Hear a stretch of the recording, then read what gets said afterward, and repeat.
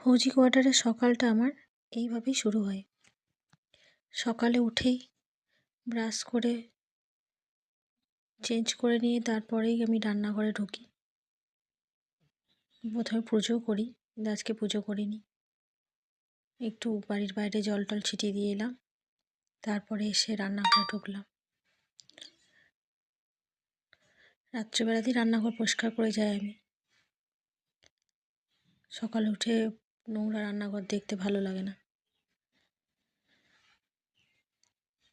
এখন এই যে বাবুর জন্য টিফিনের জন্য তৈরি করবো সব কিছু। আটা মেখে নিয়েছি, আজকে হবে লুচি আর আলু ভাজা।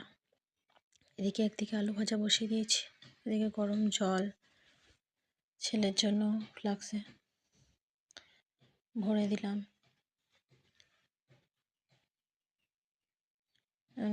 লুচি বেলছি এখন।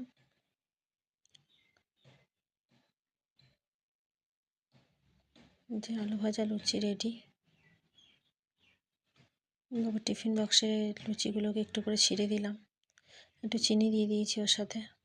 এখন আমি ছেলেকে স্কুল দিয়ে এসে এই যে জানলার ধারে বসে সোফাতে বসেছি, বসে বাইরে দেখছি আর মুড়ি খাচ্ছি। আলু ভাজা, মুড়ি আর লিকার চা।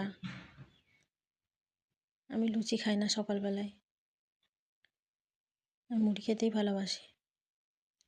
এখানে জানলার দিকে বসে বসে পাশের বিল্ডিংয়ে দেখছি আর চা খাচ্ছি।